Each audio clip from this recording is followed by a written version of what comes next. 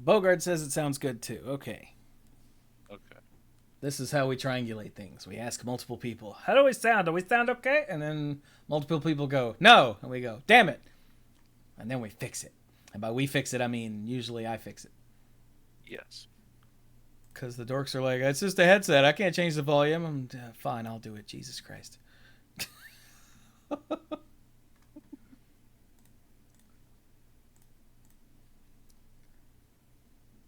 Ouch.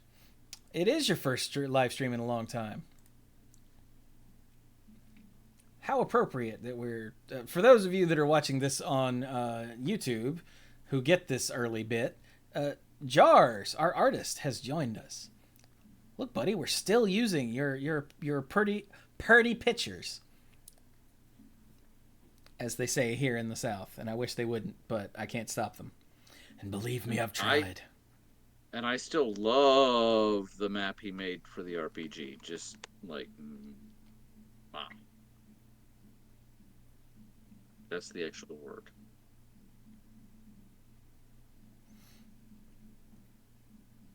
Ooh, and yeah, I pulled out the playmat to show Renee a couple days ago, and she recognized me and Mike because she's met us. So Yes. Yeah. she was like, "This is really good." I'm like, "Oh no, Jars is awesome." Is that why you're here? Did you hear me say that? Like, did you feel it in your bones? Because that was just like a couple days ago.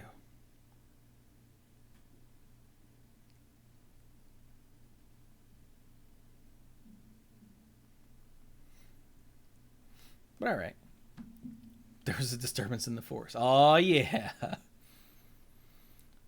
All right. That is now 2 minutes of pre-show recording. That should be fine. So let's get to it. You guys ready? Ready. Yes. Good, because you're going. I forget no one else has ever watched Letterkenny. Never mind. And his brother does. He makes references to it sometimes when we're playing D&D. Can confirm. Actually, I can't confirm that, but that's another line from. Anyway.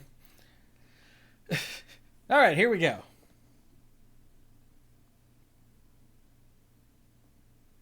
Ow, jam! Hello, everyone, and welcome to the Mana Pool. This is episode 683. What? Of the Mana Pool. And I am Chewy, as usual. I don't really know how to be anyone else. I tried once. It was not pretty. Don't ask who I tried to be. It was Mike. I knew it. Yeah, I got beard envy. What can I say? Well, I used to. I don't actually have the beard anymore. I shaved most of it off because it's been in the upper 90s this week. Yeah, it's been miserable. Absolutely miserable. See? So miserable that everyone chimed in. So, who are you people that have chimed in? Are you dorks? I'm a dork, and I'm proud of it. I'm Brian, lead rambler, tangent master of the group, and I'm here to talk about stuff and things. Ooh. In that order. I'm Mike, I'm the rules. Yeah, okay.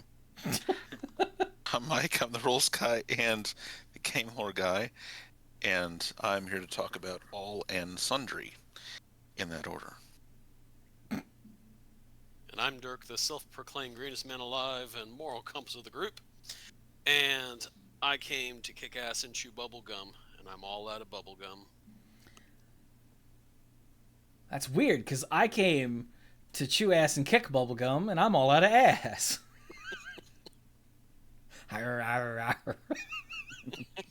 So, what is wrong with us? So, We don't have time for that. I know, right?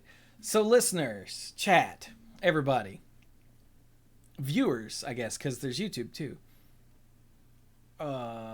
We've been doing a thing, a feature, a segment on this show for a very long time. Yeah. called Mythic Conscription. And in Mythic Conscription, what we do is we go back to the days before the mythic rarity, because for those of you that don't know, mythic wasn't always a thing. It used to be just common, uncommon, rare. And we look at the sets from the before times, which, what was the first one, Alara? Yes. Yeah, Shards of Alara was the first time that mythic was introduced, and it was the end of magic. Yeah. But we're down, not counting core sets, I think we're down to, is it just 3 sets left? Was that right? Something like that. Yeah, it was Lorwyn block is the last thing. We were sort of scattershotting it. Oh, let's do this set, and then later we'd be like, oh, I guess we should do the rest of that block. But for the last little while, we even finished covering all the dumb early stuff, like Legends and the Dark and whatever. Wow. Yeah, we did all of that. Like, we've done, starting with Urza block, I think we've been doing stuff in order. So we did Urza block, Invasion block, Odyssey block. Okay. And then Time Spiral, because that was the next one we hadn't touched. And now we're on Lorwyn block. And the last time we did this, which was episode 77. Which, if you're looking at just numbers, wasn't that long ago, but yeah, that was May. We did Lorwyn. So we're down to our final 3 sets of the rest of the Lorwyn Shadowmoor block. So Morningtide, Shadowmoor, Eventide. And this is very nostalgic for us, because way back, when the mana pool first started, Morningtide was the very first set that there were new cards. It was the first new set when we started the show. So this was the first set we got to go look at previews in a professional capacity instead of just, messaging each other across AIM. Holy crap, did you see the new card? That's AOL Instant Messenger, for those of you who are not old. So, yeah, this should be fun, because this is where we started, oh so many years ago. Yeah.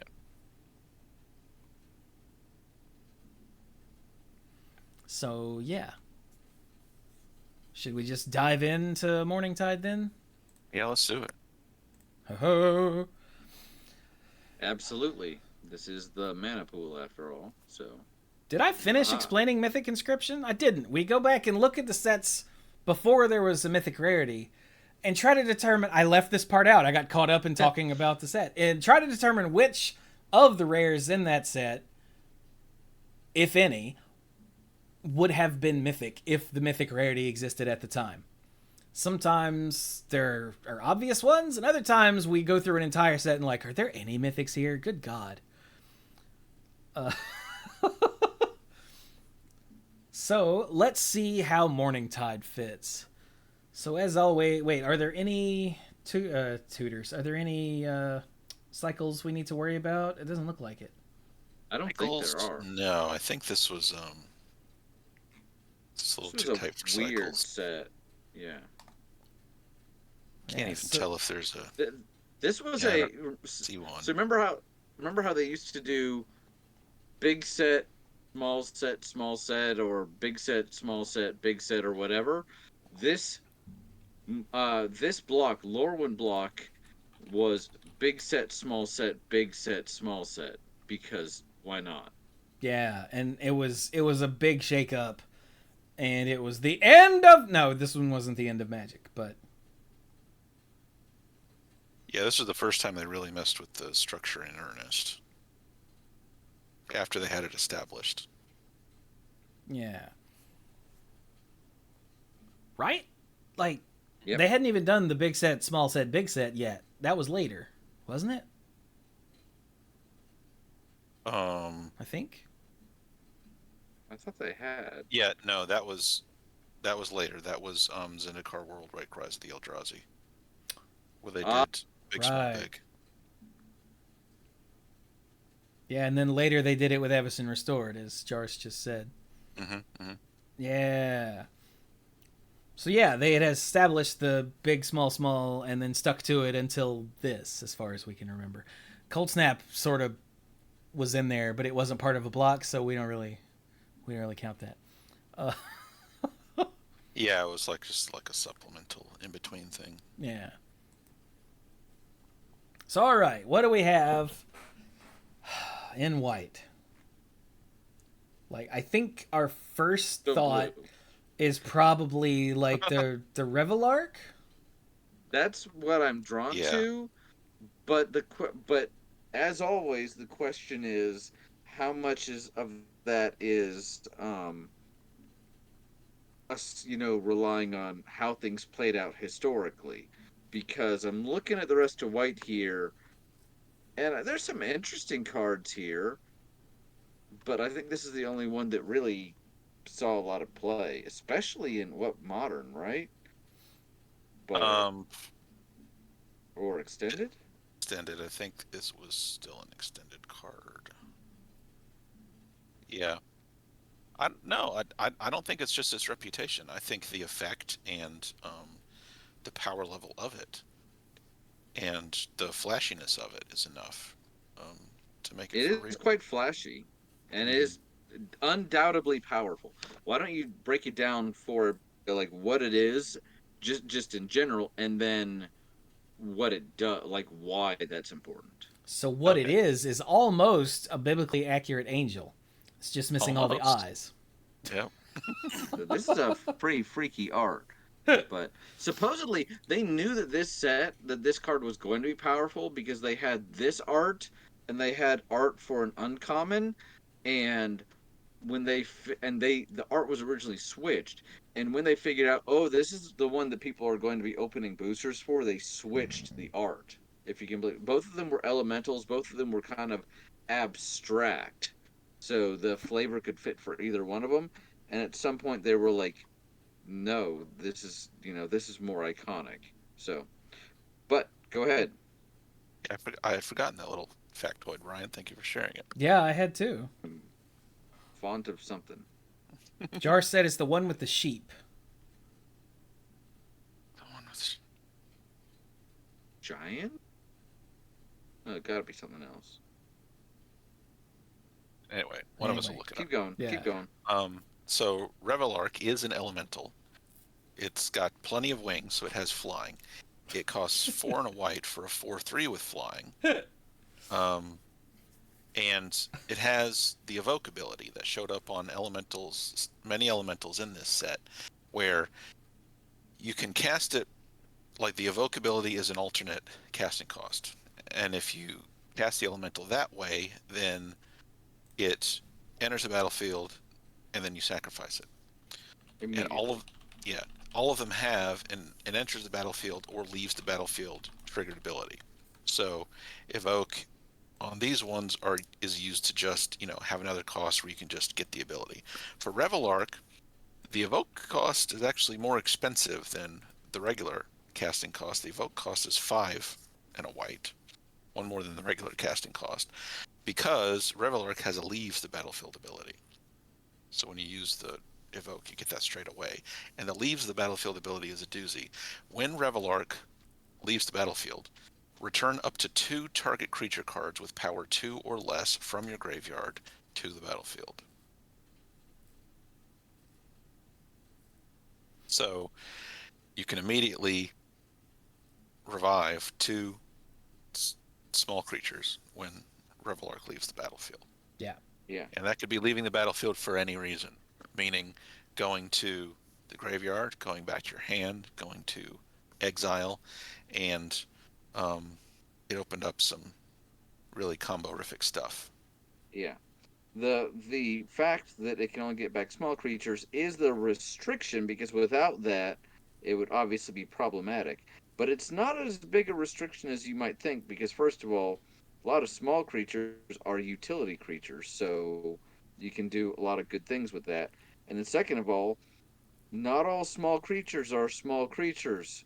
Yeah. Triskelion and etc. Yeah, there are a lot of things that are 0/0 in the graveyard and show up with counters and whatnot. Mm-hmm. But yeah. Now, star creatures are still, they have the assigned power and toughness of whatever their text says they have, right? Yeah. But Yeah, as long as it's not based on like a decision someone had to make. Yeah. Yes. but but yeah, I mean, I have that whole commander deck. Alicia, who smiles at death, I think, that is all about like, yeah, get back small creatures, smiley face, that are not small. So, or again, Go go lots of Pentavus. there, Pentavis, Triskelion, all of those things, So, yeah, Oh, Jar said it was Shine Wind. Shine Wind. And I have it up on screen now. It is, yeah, the one with the sheep. A weird elemental sheep with butterfly wings and whatnot. Oh, neat. Yeah. So So it was a yeah, common. yeah, they switched those two because they're like, nope, this one that's cute, but they're aware of these things, and they're like, you know what? Which one do we want people really like pulling for? So Remind me what Shine Wind does. It enters with a +1/+1 counter, and you can pay 1 and a white and remove a counter to blow up an enchantment. Oh. And it's a 0/0 flying for 2. Okay. So yeah. But yeah, so the Revel Arc is like obviously powerful. And like I had the same thought that Brian did. Are we just saying that because like am I just thinking that because it saw a lot of tournament play? And then about the time I had that thought, I went, "No, read it. It's powerful." And Mike goes, "No, read it. It's powerful." So yeah, it is very I powerful. love that Brian and Mike were my like internal monologue or internal dialogue, I guess, but they said it out loud. And then I also don't think any of these others are mythic. I looked at Feud Killer's Verdict, and it's kind of a neat little card, but no. Yeah, So, Yeah, yeah. it has the possibility, but not like quite there. like Indomitable Ancients was later reprinted as a what? Nothing. It was never reprinted. Okay. Just Yeah. kidding. But it's a vanilla 210 as a rare. Buh. Yeah. What I thought it was mythic. Of course you did. Like some of these cards are like super ridiculous in the right deck. Like the Battletide Alchemist. Dude. Ugh. Yeah. The Kinsbell Cavalier. Dude. Awesome. But Even the Kinsbale Border Guard, if you have enough, I played against somebody who had this in a limited deck, and they had enough Kithkins that it was insane. It was just like, I can't win now. It seemed so simple. Oh, and you can get Kinsbale Border Guard back with Revel Arc. yeah. Yes, you can. So like some of these cards, like I said, are super powerful, but only in a very narrow place. Yeah. And even then, they're just dudes. Yeah. So like I really think the Revel Arc is probably it. Although I don't know, Stonehewer Giant does grab equipment and throw it onto a creature. Yeah, it does. There's a big upfront cost to get there, but yeah, it's really cool once it gets rolling. So that one I had down as a possibrew. This came out before Stone Shaper Mystic. Is that the one I'm thinking of? No. What oh, son of a Stone Stoneforge Mystic. Forge. There we go. Forge Mystic, which was just kind of a mistake. So this was almost like a proto of that, but this also costs a lot more to get out. Yeah. Well, I mean, it was like a year before Stoneforge Mystic had anything broken to get. Yeah. So the Stonehewer Giant, just for those of you that aren't old, for 3 white white, is a 4/4 giant warrior with vigilance, which is lame. But for 1 and a white and tap, you search your library for an equipment, put it on the battlefield, and attach it to a creature you control. And even if you don't have any other creatures, you've got a Stonehewer Giant. So, Yeah, and it has vigilance, so you could attack with him and then respond by using his ability and give him a hammer or something. yeah, like it's. But the fact that it tutors it, throws it onto the battlefield, and attaches it to something is the only thing that made me think, okay, maybe him too. Yeah, I understand that. But like, chat is bringing up idyllic tutor because chat is sort of like Brian back then. But I had said when we were doing these previews, I was like, I think this is one to watch, and I got a ribbing on that for the longest time because it wasn't until it was. But aha, I mean, it is a tutor. yeah, it but is a like tutor. It's the same cost as other tutors, isn't it? But tutors, this is a very fair tutor. There's nothing broken about it, and tutors in general, we've said are pretty solidly rare. yeah, Unless like there's something deeply wrong with them. any of the 4 cost like diabolic tutor type things, we've been like, I mean, that's fine. I mean, those are actually printed out at uncommon, so. Well, I meant the rare variants, things that are Oh yeah. similar. So I don't think idyllic tutor for 2 and a white, tutors for an enchantment and puts it in your hand. If in case you didn't know that. So, excuse me, catching my throat. So I think it's a solid rare. Me too. I agree. Yeah. So that's white. Poor white. Maybe blue will do better. Maybe. Also, ignore the negate here. It was in what did I say? Jace's signature spell book, which for some reason means it had a rare printing, so it shows up when you search for rare because of course it does, because that makes sense. So actually had 3 potentials Ooh. for blue. I had one that I felt was a shoo-in, and then I had 2 that I was like, which after white felt like a big change. So, Okay. because, but the one I feel most strongly about that I think it probably would be mythic is Vendilion Click, because it's a legendary creature. It is an important creature or trio of creatures to the story, and it is a powerful ability that the more you play, the more you realize just how potentially good it is. So Vendilion Click, what the card does is for 1 and 2 blue, it's a legendary fairy wizard with it's a 3/1 with flash and flying. When it enters the battlefield, look at target player's hand. You may choose a non-land card from it. If you do, that player reveals the chosen card, puts it on the bottom of their library, then draws a card. So it's a 3/1 with flash and flying, so that can allow you to be fairly aggressive, but it can also fit into counter decks.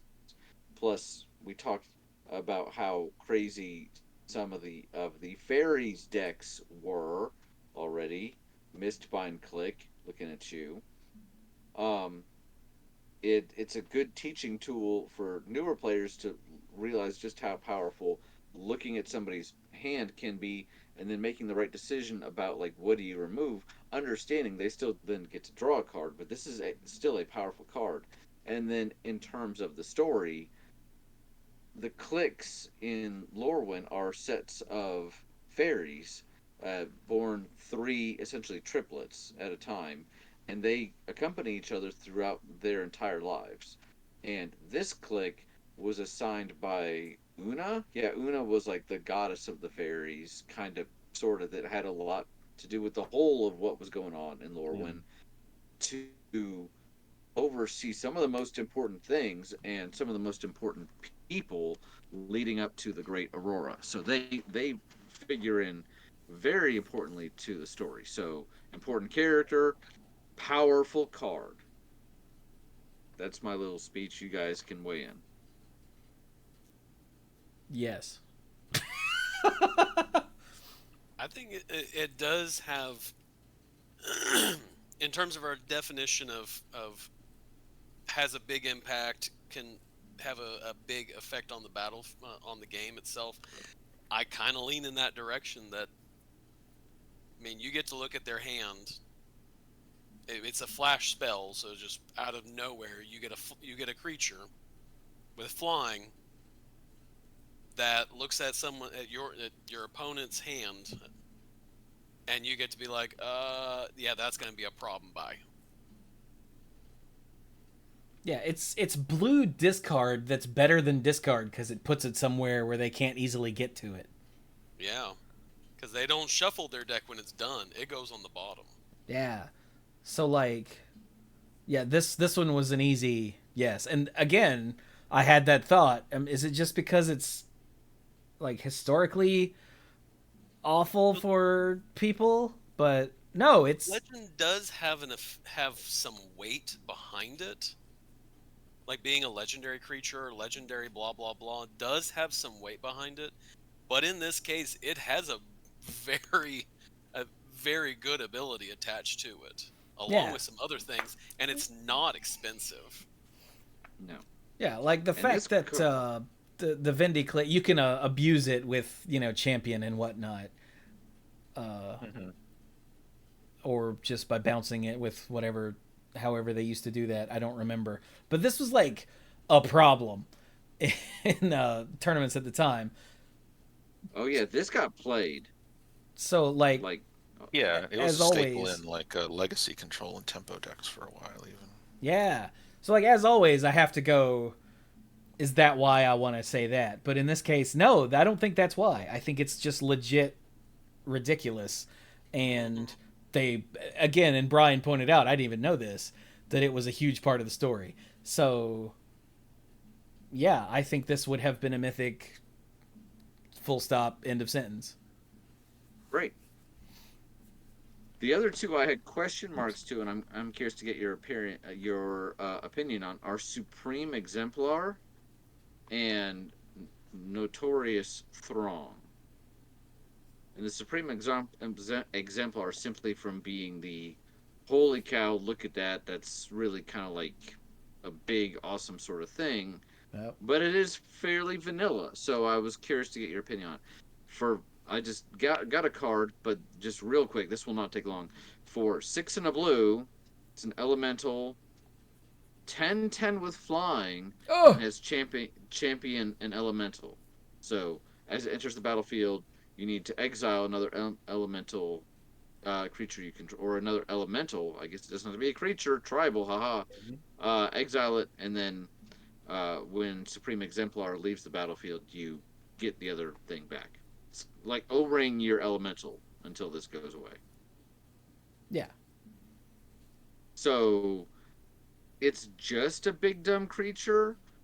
But it's a really big dumb creature. It's a really big dumb creature with evasion. And we've looked at big dumb creatures when they're super iconic, like the Phyrexian Dreadnought before, So. Yeah. Like, this thing being a 10/10, like, maybe they would have, if they were, we need another mythic. Oh, just make it the big guy. Ironically, if this was a better card, like if this was, say, a 7/7 for 4 mana, and with the champion and elemental, that would make it better, but I don't think it would be as potentially mythic because it doesn't have the same impact. Yeah. Yeah, those double digits in power and toughness at the same time. Like when it hits the table, there's an audible thud. Did we say the Nova Chaser was a mythic? I can't remember. I don't remember think we either. did. I don't know. I don't think so. I don't think we did. Yeah. But this is again a 10/10. That makes you sit up and go, "Whoa." And for a new player, you're seeing that, not to say that you don't value other things more, but you're gonna be like, how do I get that giant thing with the lion head next to a frog head, and how do I make that work? Somebody opens that and they go, yes. Yeah, I mean, dude, if I had this and enough elementals to make it work in limited, I would be jumping up and Oh, down happy. no question. But I'm also not a very good limited player, so maybe don't listen to me. But I'm right there still with you. I'm still unsure if I It's would. not the home run that Vendilion Click is. Yeah, yeah. So what was your other one? The throng. Yeah, the notorious throng. I almost want to say noxious, but notorious. All right, so that for 3 and a blue, that is a rogue tribal sorcery. If you don't know what tribal is, just don't worry about it. They're just spells that have a creature type. All right, all right. And That's it says, succinct way of putting it. Yes. yeah, it says put X 1/1 black fairy rogue creature tokens with flying onto the battlefield, where X is the damage dealt to your opponents this turn. Which, whatever, that's fine. But it has a prowl cost. And prowl was a special cost that you could pay if you dealt damage to your opponent with a rogue this turn. And that was damage. Combat damage with a rogue this turn. And that adds 2 mana, so it's 5 in the blue. But then it says, if Notorious Throng's prowl cost was paid, take an extra turn. But it seems like, I want to say we were leaning towards extra turns being mythic in this. I think we have. There have been one or two where just because of what they did, we were like, no, that's rare. Yeah. Yeah, but time warp, just as an example, is a mythic card, and that's one of the most vanilla ones. So, yeah. This one, I would almost say, because of the cost being 6 and the prowl being necessary, this might just be fine as a rare. I can see that, and especially if we feel like Vendilion. Not that we can't have too many, but the more we have, the more we're like, okay, maybe we need to be a bit more selective, But Vendilion definitely, Supreme Exemplar, probably not, but kind of question mark. This, I'm a simple man. I see, take an extra turn. And you got to bring it up, yeah. Like, I was going to bring it up if someone else didn't, so. Right. But those are the 3 that I saw, and I'm fine with Notorious, not being. Let me see that throng. Oh, that's going to be running through my head now. Thank you. But maybe make an extra turn. Da-da, da-da. So, what did everybody else have, if anything, in blue? Or do you think that covers blue pretty well? Oh, God. The 2 that I identified, we haven't even mentioned yet. Ooh, can I guess? Really? Yeah. You can guess. Is one of them knowledge exploitation? Yes, one of them is knowledge exploitation. Is the other one mind spring? No. Damn. Okay, hang on. Sigil Tracer? What his other one would be. Yeah, Sigil Tracer. There we go. Really? Yeah. All right. Pick one and tell us about it. All right. So, knowledge exploitation, because you get to go dig around in your opponent's library and do fun stuff for potentially a cheap cost. So, it costs 5 blue normally. It's a tribal sorcery with the rogue type. But it also has a prowl cost of 3 and a blue. So it might only cost 4 if you can hit someone with a rogue. Search target opponent's library for an instant or sorcery card. You may cast that card without paying its mana cost, and then that player shuffles. Yeah. Now, the fact that the prowl on this is way cheaper than its regular cost. Way cheaper. Unlike the Notorious Throng. makes me lean slightly more towards this one, even though the Throng has the bigger effect and the digging through your opponent's stuff. Now, we've said in the past that like lobotomy type cards aren't necessarily mythic by themselves. No. But this one might be. Yeah, you get to go steal something and cast it for free. Yeah. I mean, that is an important distinction, yes. It is. Yeah, you're not just pulling stuff out.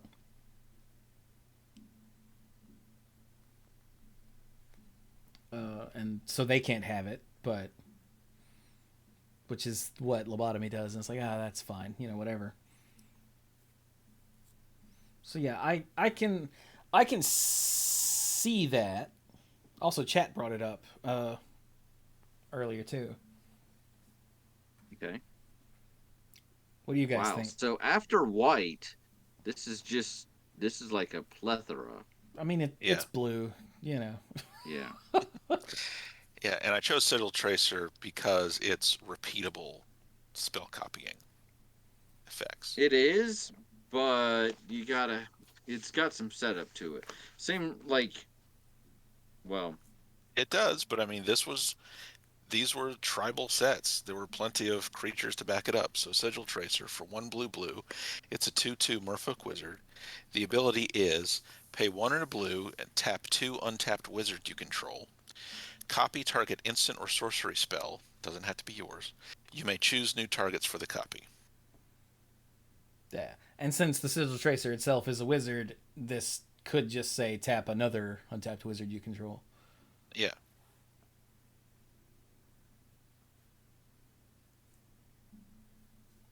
So,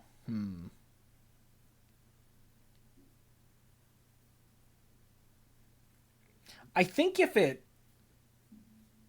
Okay, this is way too powerful for the cost, but I think if it was a redirect instead of just a copy, like if this was a counter that and copy, this would be a mythic 100% without question. Yes, it would. In fact, it would not be printed.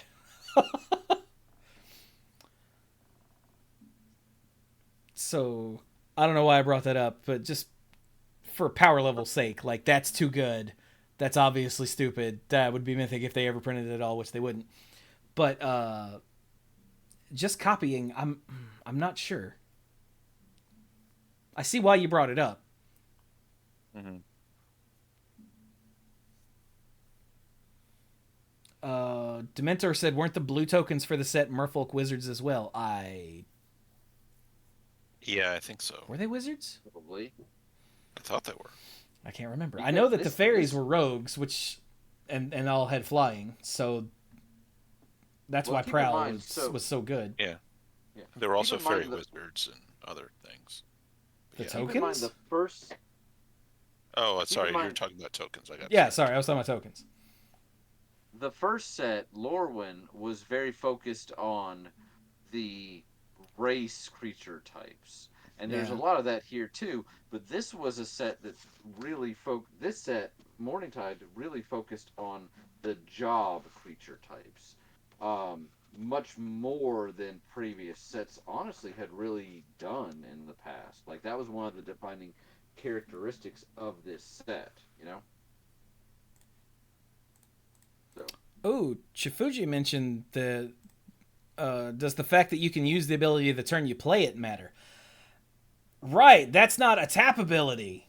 Yeah, or, during an opponent's turn before it's come back around to you again. Yeah. Yeah. That is a good point. Oh, and Skytonic pointed out changelings were also a thing, so yeah. Yes. Yeah, they were there to kind of, they were there as some of the glue to bridge tribal stuff for limited and make sure that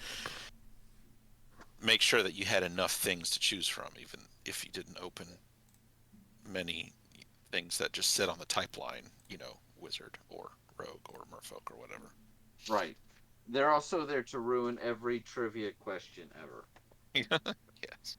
It looks like the only tokens were fairy, rogue, giant warrior, and treefolk shaman. Because I've searched Morningtide tokens twice now, and that's come up twice. Well, what were the I know there were effects that made merfolk tokens in Lorwyn. That means they just used the Lorwyn tokens, and they were merfolk wizards, yes. Okay. So those 3 were the only new ones in Morningtide, and it still used the old ones. Wow, there were no fairy tokens in Lorwyn. Isn't that weird? That is weird. That feels not wrong, because I know you're looking at it, but feels weird. Yeah. Yeah. And yet it feels so right. That's hot. So, yeah, again, I can totally see why you'd bring it up. My brain wants to not do it, but that's just me. What do you guys think? I'm not sure. Yeah. I'm a bit ambivalent on that. I don't know that I have strong feelings either way. Originally, I was like, I feel like it's just a bit too much of a demand to have that many creatures out, but maybe. Yeah. Blue just has such a bounty that it's kind of not really fair. It really is. Derek, what you got? Half of the in blue. Dirk wandered off. Or nodded off. Sorry, I did the same thing Mike did, where my daughter was talking to me, and so I muted myself and I forgot to unmute myself. The Vendilion Clique was the only one that struck out to me. There's a couple other ones that, again, like this, like you guys have talked about, the Supreme Exemplar. Yep. It's big, but being big is not exactly something that just cries, "Oh, you're mythic." It's really terrifying, but not that.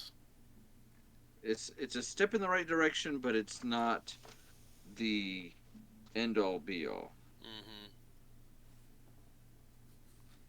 Like me. Mm-hmm. Oh, you're not a 10-10. No, I'm a step in the right direction, but I'm not the end all be all.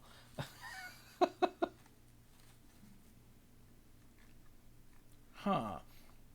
I don't know why I thought Mindspring earlier, just because it says draw X cards with no shenanigans, just X blue, draw X cards. Yeah. I think that it is a really good card. It was one I had looked at myself, but you are you get them then, but it's not like it can give you some overwhelming power. Yeah. Like, it's not a card that's just like, oh my gosh, it completely wrecked my game that the guy played a Mind Spring. It's a tool, but it doesn't exactly change the game. Because it's what you draw that changes the game. It just gives you the tools. I think it is possible for a draw card to be mythic, but this to me just feels very solid. Yeah. Oh yeah. I think this, paired with Mind Shatter, was kind of bringing back the Brainstorm and Oh, son of a. Brain Geyser. Sorry, Brain Geyser and Mind Twist. That's the one. Pair from Alpha Beta, but with slight changes that showed, okay, this is how this can be printed and be perfectly fine today. For Mind Twist to Mind Shatter, it was just adding another black in the base mana cost. For Brain Geyser to Mind Spring, it was actually making it so that it was just you and not being able to target another person with it. Because you can use that to make a ton of mana and make someone lose. Yeah. All right then. So we're all sure about Vendiclick, and we've got several others that totally could be in blue. I don't know. To me, Vendilion Click could be fine as rare. There's something about the whole package that's just a little too subtle to be mythic the way I see it. I don't know. It's hard to explain. Yeah, and here I thought we were all one big happy family. Way to go. Mike's just like... Leave it to the beardy man to screw it all up.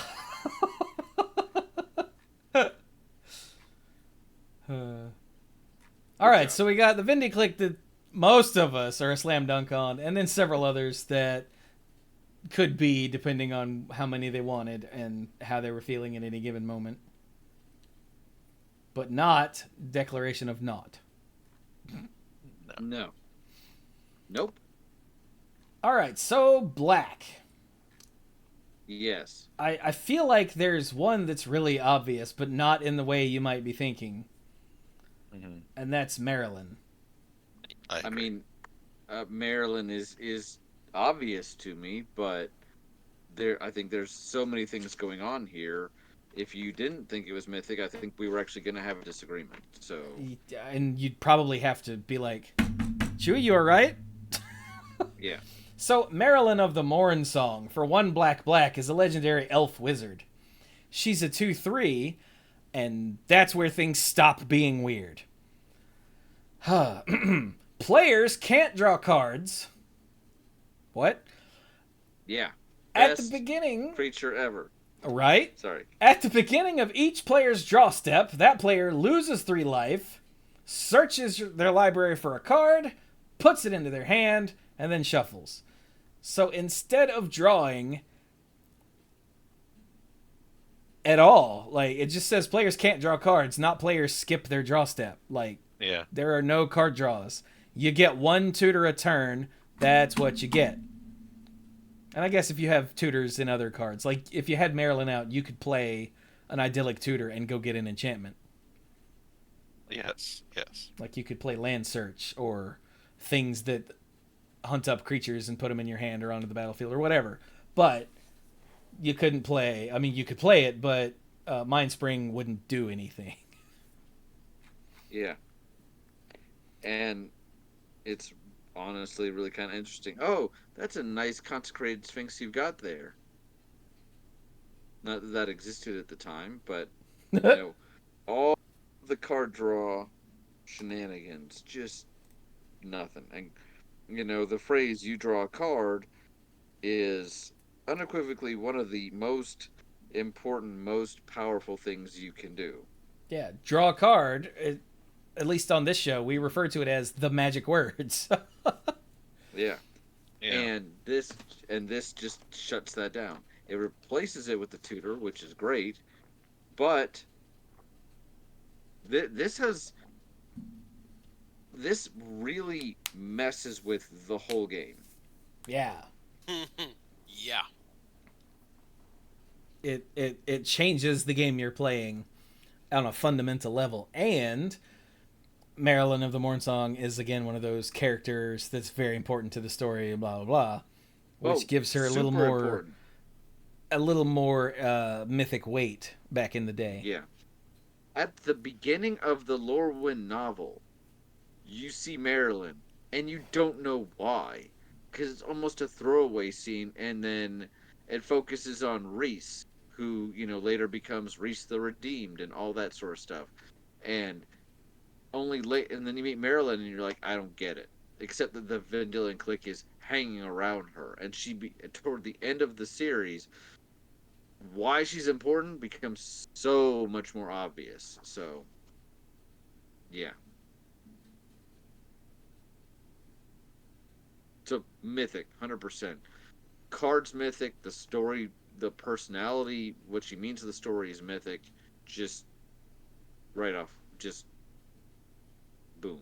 Yep. No question. Not Mind Shatter. No. Not Mind Shatter. No. Correct. Well, I guess that's it in black. I mean, not Stench Skipper. Like, a lot of... Jeez. Like, eh. But we have to talk about the bitter blossom in the room, and I, well, we can get into that. But we honestly, might as well. Maryland is mythic. Yeah. Bitter blossom, we need to talk about, and I don't think there's a single other mythic card in black. Am I wrong? They're not that I could see. They're well. Yeah. Okay. Oh no, it's Maryland and Bitter Blossom. Yeah. I mean, Okay. given what I said about knowledge exploitation, I'm not going to say the same thing about Earwig Squad because the cards you pick out of your opponent's library just go away. You don't get to do anything with them, so it's Yeah. not as interesting or exciting. Yeah. Oh yeah, I Okay. forgot about the Earwig Squad being an example of a lobotomy type card. So yeah. It's funny Yeah. how you forgot that. It's almost like the card kind of became. It's a little forgettable. Sorry, Earwig Squad, but Wasn't Earwig Squad the pre-release card? Or am I high? Maybe. I mean, I'm not sure about that second part, but I don't think I have one, so that either means I missed the pre-release or that's inaccurate. So I don't know. Let me I go. don't remember that. But I can't refute it, but I don't know that's accurate. I am Googling. No, it was Door of Destinies. Sorry. There we go. Oh, it was the release promo. That's why. Okay. I was close, because they used to have pre-release cards and release tournament cards. Haha. See, even back in the day, too many promo cards. It's only gotten way worse. So, when I say that, I really think that they had it. It was doable, but now. Anyway, this is not my soapbox for today. Did Brian? So, bitter. He's back. I was Okay. like, did he put the soapbox on his head? It's like, what happened? Yeah, I was very concerned Sorry. there for a minute. It was weird. So, Bitter Blossom. Hey, Dirk, what do you think of Bitter Blossom? Is this a good card or is it bad because it will eventually kill you?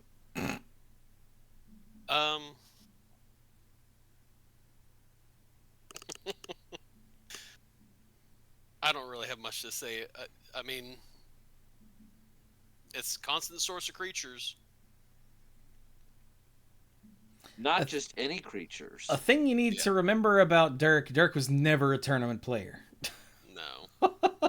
So the Bitter Blossom does not punch Dirk in the face like it does the rest of us. Yeah. Dirk, Although this I is do know one of the most. it's fairies, so that's. This was one of the most hated cards in Standard for a while. Because it was in at the same time as Mistbind Click. Yeah. And Bitter Blossom is a fairy enchantment. It's not just an enchantment that deals with fairies. It has the card type fairy. All right, tell us what Bitter Blossom does first. Dirk, tell us what Bitter Blossom does. All right. So, Bitter Blossom for 1 and a black is a tribal enchantment for fairies. At the beginning of your upkeep, you lose 1 life and create a 1/1 black fairy rogue creature token with flying. Yep. And that's it. The problem is, like Brian said, the Bitter Blossom will eventually kill you. You know, barring other things. I think there's an intruder in my apartment, by the way. But, as Brian said, there's Mistbind Click, which says champion a fairy, and Bitter Blossom's a fairy. So you had a way to snatch away your Bitter Blossom so it wouldn't kill you. Yeah, if it was putting you in danger. Yeah. But there's also the fact that the flying creature tokens you're accumulating are going to deal damage to your opponent much faster than 1 life a turn. So much faster. Mm-hmm. Yeah. And it just became like an inevitability with fairies because of things like Vendilion Click and whatever the other thing is.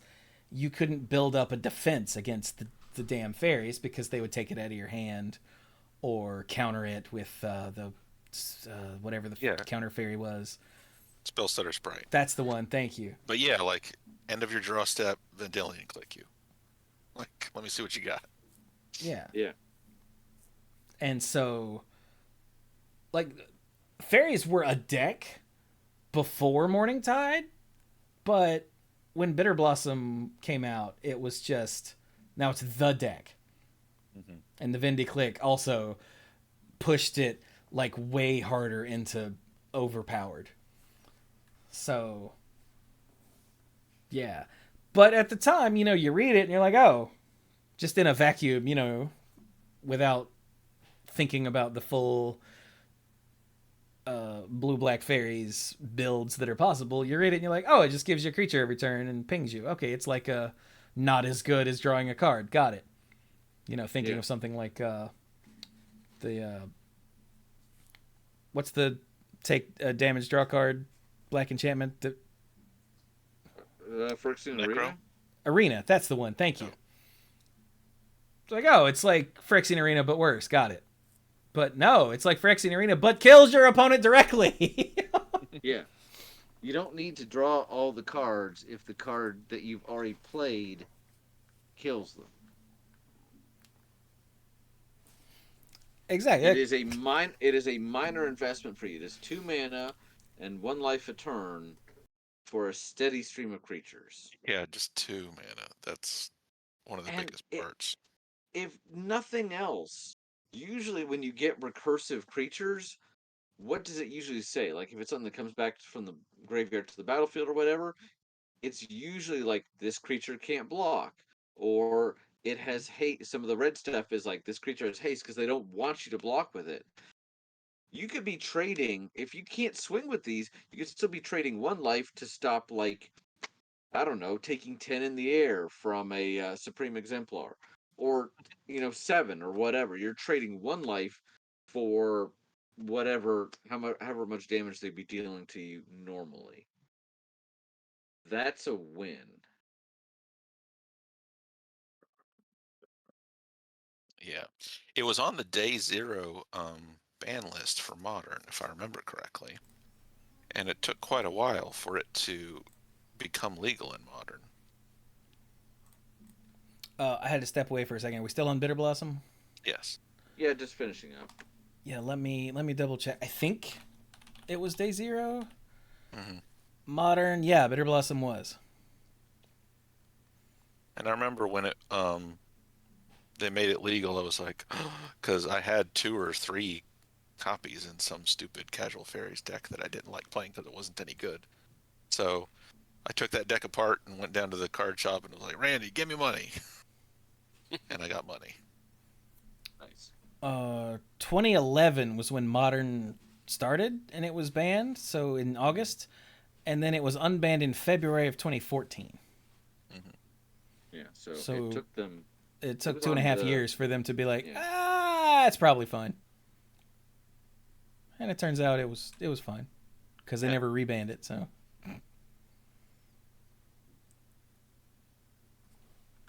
Right? Bitter. Right. Yeah, that only shows up twice, so. There was an intruder in my apartment, but she's really hot, so it's fine. Do you want me to call the cops? Too late. Cops are on the way. Well, balls. But yeah. Maryland easy, Bitter Blossom almost certainly. And then the rest, no. And then the rest is just kind of here. Yeah. Not bad cards. Kind of interesting cards, just not mythic. Yeah, like... I always thought the Scarblade Elite was just a neat idea. Sure, exile an assassin from your graveyard to destroy a creature. But that's not even good, much less, mythic. It's just a neat idea. Yeah. Although, shout out to my boy Weirding Shaman for being a Goblin Warrens on legs. Yeah. I looked at him for a minute, and I was like, meh. And then I was like, nah. Yeah. In that order. In that order, yeah. So, red? Red. So green. I'm kind of halfway not even joking. I looked at this for a while, and I'm going to throw up one, but I have been biased for this card for a long time. I also didn't know what else to do, because I'm looking at these and I'm like, Tarian Mauler, no. I Titan's love Revenge, Tarian Mauler so much, but no. Titan's Revenge, no. It's just No? kind of like an interesting fireball. I'm going to go with Sensation Gorger, but I love this card. I'm not convinced that it's mythic, but I don't know that anything else here is. So, Sensation Gorger, aside from having some of the most disturbing art, the more you look at it and realize just what you're looking at, But him like the whole chewing on eye a thing. frog. Well, very Clockwork Orange with the eyes here, you know? But for 1 and 2 red is a 2/2 Goblin Shaman, and it has the kinship ability, which I don't think we've talked about on this in a long time. But it's essentially it's a let me see if I get this right. It's an ability word. It's not a keyword. There you go. Meaning that this just tells you, hey, something's going on. At the beginning of your upkeep, you may look at the top card of your library. If it shares a creature type with Sensation Gorger, you may reveal it. If you do, each player discards his or her hand and draws 4 cards. Which I it has a chance to be really kind of random, and I couldn't remember where we came down on Wheel of Fortune effects or Wheel of Fate or any of those red wheels. Hot Wheels are different. I love Hot Wheels, but I think it's a neat card. I think it does something kind of interesting. I don't see any other kinship cards in red, and that's all I got. Because I'm sorry, man, but red here, just no. I mean, it's red. Like, the Sensation Gorger Blue, feels like here's a red fine. rare enchantment on a creature. It does. Covered in frogs. uh, Borderland Behemoth, just because, wow. But okay, look, how many cards are you trying to get us to talk about at once? Let's focus on the Sensation Gorger. okay, sorry, go ahead. He's got a skunk on his head covering his nose. 10 out of 10, definitely mythic. And him's chewing on a frog. As far as the card itself go, I don't know, man. No. No. Yeah, I told you I was not going to push too hard on it. Yeah. The only one here that I could argue might be mythic, but only for the set, would be Torian Mauler. All right, why do you think it should be mythic? All right. Number 1, it's a changeling. Yeah. Number 2, it's a cheap changeling. Yeah.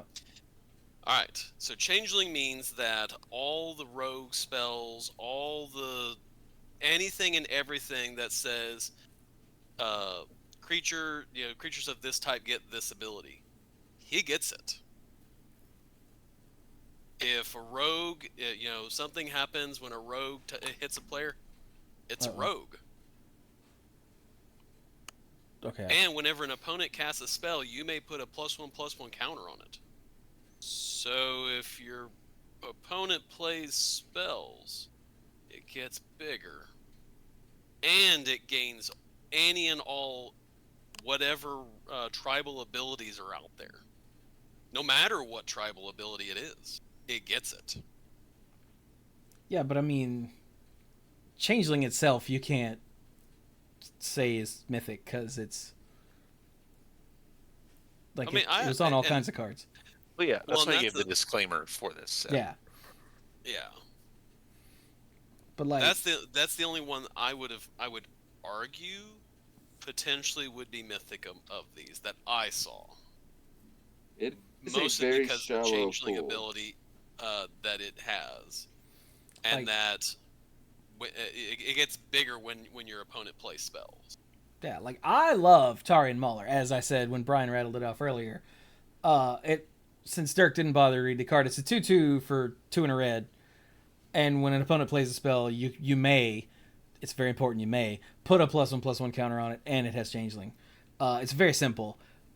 I've had Changelings get stupidly big because I was paying attention during other people's turns. Yeah. It's so easy to be like, Everybody's crap! Wait a minute. Forgot my Mauler. Everybody's like, wait a minute, Chewy, why is your thing so big? And you're like, because I've been paying attention. But yeah, even me who desperately loves it went nah. Just cause nah. And chat had caught that too. Brian said, "Chewy, why is your thing so big?" And notice I did not react. Remember that time Brian said hard on? Chat mentioned the heavyweights. I think the Boldware Heavyweights is a fun little game. That's one of the ones I thought about. Okay, what's it do, Mike? So for 2 red, it's an 8/8 giant warrior with trample. That is not a small number for I know. that small number. 4 mana. But here's the fun part. Well, besides the 8/8 and trample, here's the other fun part. When Boldware Heavyweights enters the battlefield, each opponent may search their library for a creature card and put it onto the battlefield. And if they search this way, shuffle up. So yeah, you get an amazing, very large creature for just 4 mana. But your opponents go get to find something too. Now the key is, can they find something that will beat an 8/8 with trample? Maybe, but that's part of the excitement.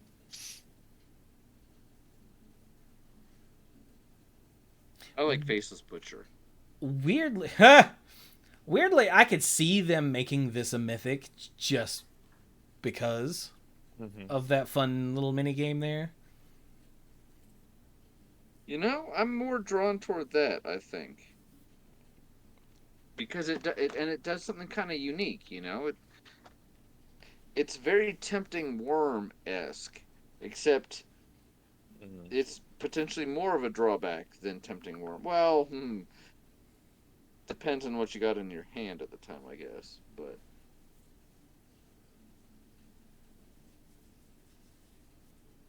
I'm kind of digging it the more I look at it. I still think that red has a very shallow pool in this set, but Oh The yeah, other one that I without a doubt. thought about was maybe Countryside Crusher could be a spike mythic. That is the other thing that the chat brought up. What does that do? All right, for that one, it's another giant. For 1 red, it's a 3/3 giant warrior. And at the beginning of your upkeep, reveal the top card of your library. If it's a land card, put it into your graveyard and repeat this process.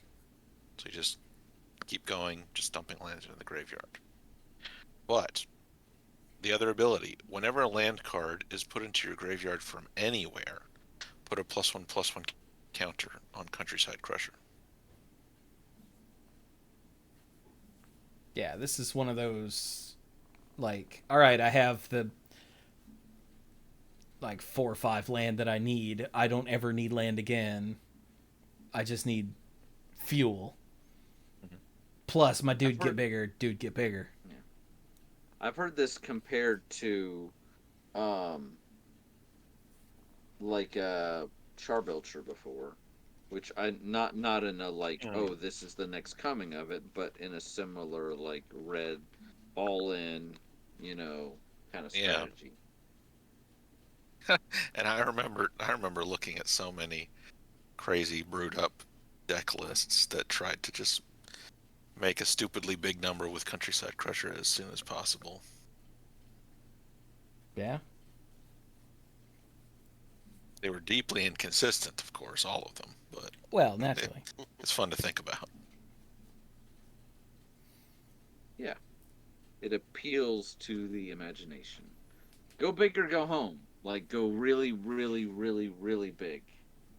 Or go really, really, really home.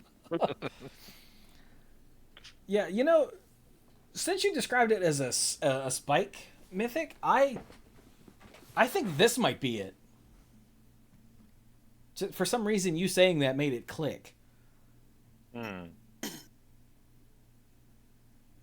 I also briefly thought about the Lightning Crafter, just because he throws lightning bolts around. But only briefly. So for 4 mana, 3 in a red, he's a 3/3 Goblin Shaman that has champion a Goblin or Shaman and taps to deal 3 damage to something. Like, he does say any target now, right? Yeah. Yeah, any target. Like, that is super powerful in and of itself, but I don't think it gets there in the mythicness. No. But I had to mention it. So yeah, I'm honestly leaning into the Countryside Crusher more than I was. I think Sensation Gorger is just like I said, a rare mythic enchantment. A rare mythic enchantment, a red rare enchantment. There we go. That just happens to be a dude. The heavyweights could be fun, and I could also see them making the heavyweights mythic for limited purposes, but maybe not. And as I said at the beginning, the Sensation Gorger, I just was having a hard time with red, period. So if everybody feels because it sucks. like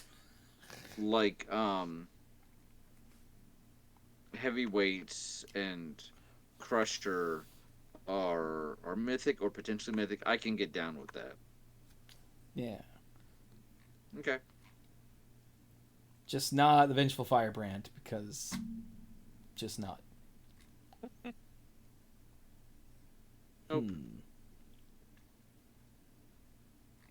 Oh yeah, chat asked when we were talking about the heavyweights, there weren't many enters the battlefield suppressors. I don't even know if that was a thing yet, was it? Oh, which is what Mike said. All right. Yeah. I had accidentally scrolled the chat, so I didn't see that. For some reason, I'm blanking on the that card from Kara's block. That was the first real example of it. Something orb. Why can I not think of the name of this card? It's not Mesmeric Orb. No. I don't know if I see the art. Right. Yeah. Why can I not do this? Because you're bad at this, Mike. Mm-hmm. Torpor Orb. Thank you. Yeah, Sky Tonic got it. Was that the first? That's the first one I can think of. Unless you're talking about effects that just removed abilities, but those usually also shrank the creature. And of course now Humility is the only one I can think of that just applied a static creatures lose abilities effect. Because before that, let's see, before Torpor Orb, people would use Illusionary Mask to cheat Phyrexian Dreadnought onto the battlefield. Oh god. I don't think there was another method.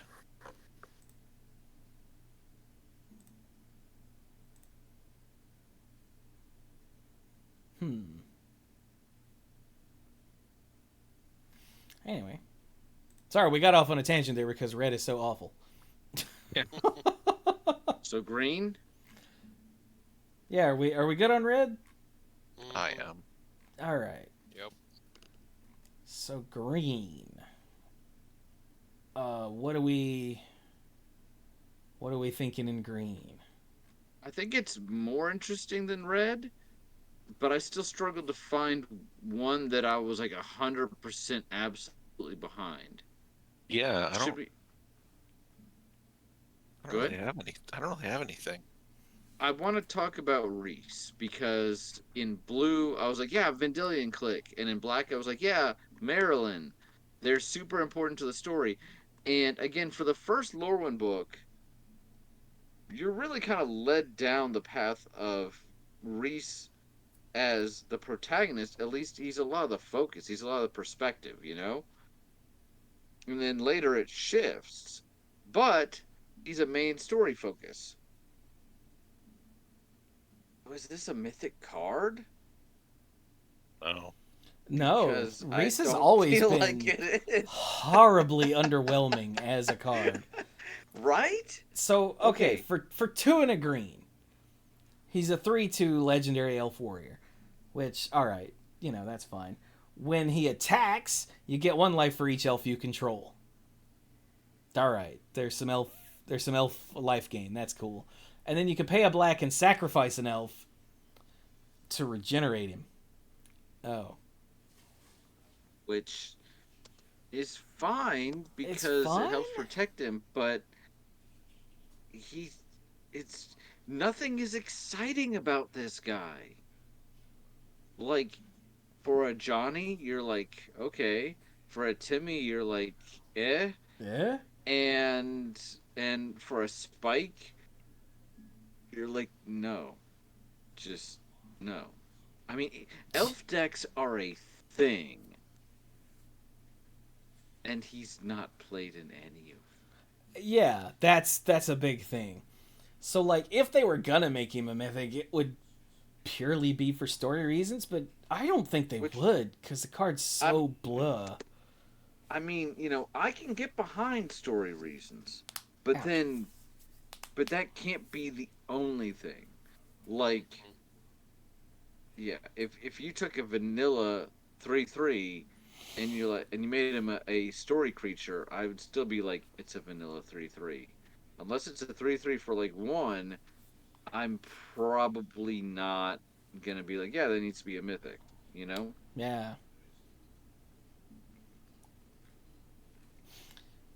Chet says, so Reese gets a better card? Yeah, but that's outside the scope of this discussion, so Yeah. we have to take the card as is. We could do a... Besides the point of whether or not it was ever tournament playable, like I think I wouldn't even feel compelled to put Reese in a casual elf deck. There are just so many better cards. So did Skytonic just give us the spiritual successor segment to Mythic Conscription, where we then go back to the sets where there are cards that should have been mythic but aren't quite, and we nudge them in the right direction? He did not, because the answer is always knock off 1 mana. It costs 2 less. Yeah. Like, this Brian is not hinting at something we're going to do. Let's make this clear.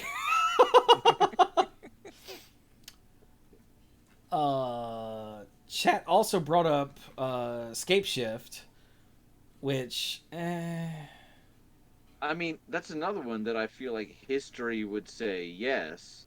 Although, wasn't it just reprinted at Rare? Yeah, I mean, in a core set or something. No, in M19 it was Mythic. Ah! Oh, it was Really? Mythic. Okay. Well, I mean, it didn't really come into its own as a big card until much later. Yeah, when it had Valakut to do stuff with. Yeah. It's interesting. So what's it do? But for 2 and 2 green, it is a sorcery. Sacrifice any number of lands. Search your library for that many land cards, sorry. Put them onto the battlefield tapped, then shuffle your library.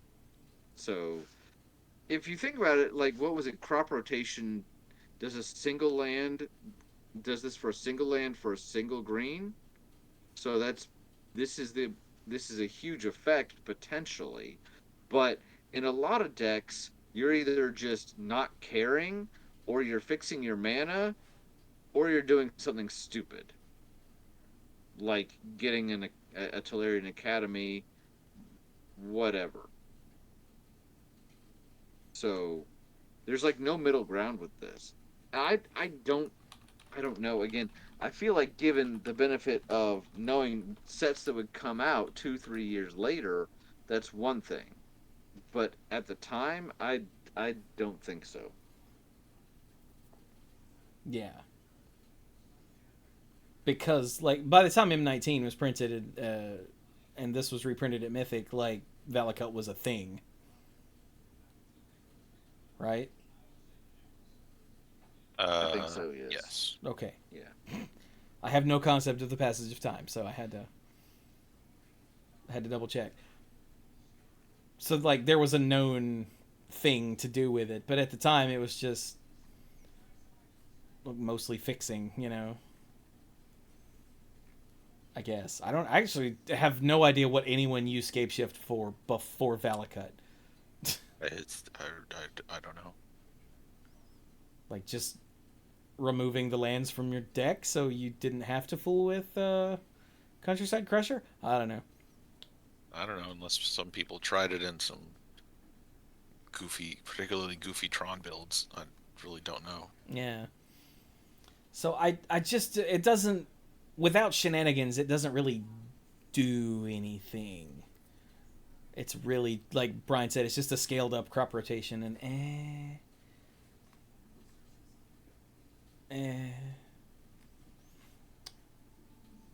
So we should probably talk about Chameleon Colossus just because it was like the big chase green card. It was. But Also, before the set even came out, Mark Rosewater took a Chameleon Colossus to show off at a tournament and played it in a casual game and got it up to some sort of like, like 200 or something. So people it was like one of the first cards seen from the set. So they were like, "Hey, look at this." yeah. So for 2 green, it's a 4/4 shapeshifter. It has changeling, of course. It has protection from black, which I think is one of the reasons why it was so desired at the time. But the flashy part is for 2 green, it gets +X until end of turn, where X is its power. So for 4 mana, you can double its power and toughness, for the most part. So if you had a way to make lots of mana, it got out of hand quickly. But like that's all it does. Yeah. It's just a big creature, but the pro black I think means it got around freaking Bitter Blossom tokens. So Yeah. Yep, that definitely helped it. yeah. Jump blocked by Bitter Blossom. Yeah. But other than that, I mean, it's fine. It doesn't feel mythic, but it was the thing everyone wanted. Yeah. So like, where do you draw that? You know. So I don't know. It doesn't feel mythic to me anyway. I don't know about you guys. Hey, how about you guys? No. I'd say it's one of the more I things there. I concur. Yeah. Wait, what was that, Dirk? I would say it's one of the more mythic-y things in green. I mean, that's true. Green doesn't have much going on. They have some interesting things. Look at Heritage Druid, which is an uncommon. Yeah.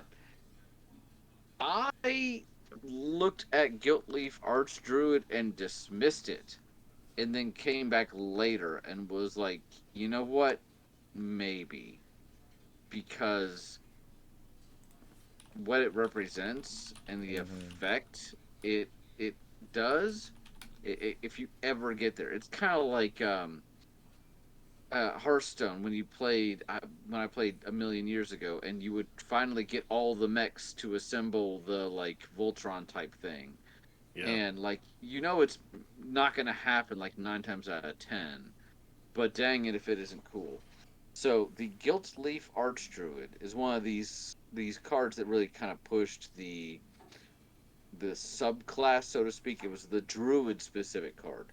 For 3 and 2 green is a 3/3 elf druid, whenever you cast a druid spell, you may draw a card, regardless of whether it resolves or not. That's not bad. It costs 5 to get this out. But then, second ability, tap 7 untapped druids you control. Gain control of all lands target player controls. This is definitely a win more card, because by the time you get out 7 druids, either the game is in a horrible stall and you're playing against someone that just doesn't have, kill spells, or you should be rolling over them with your creatures anyway.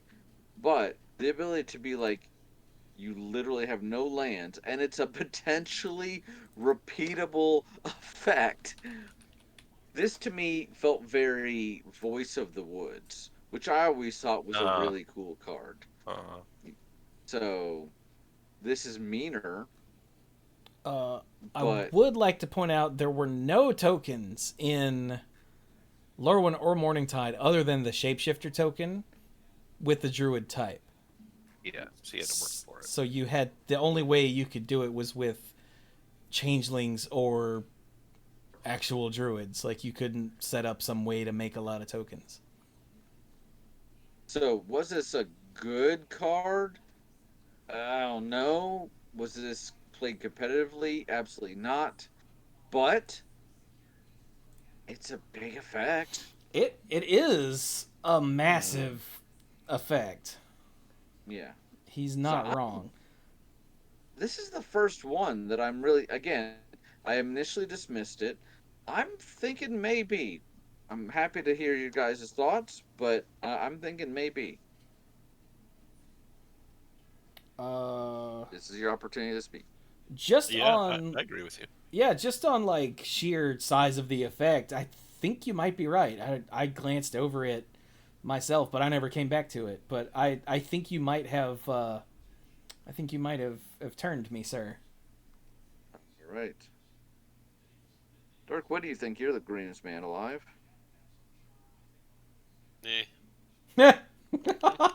It's an elf. But it doesn't care about elves. But I don't know. Green card other than Chameleon Colossus that you did think might be mythic. It just didn't really feel like any of the stuff here just felt, mythic to me. This is a discussion format, so you are entitled to your opinion.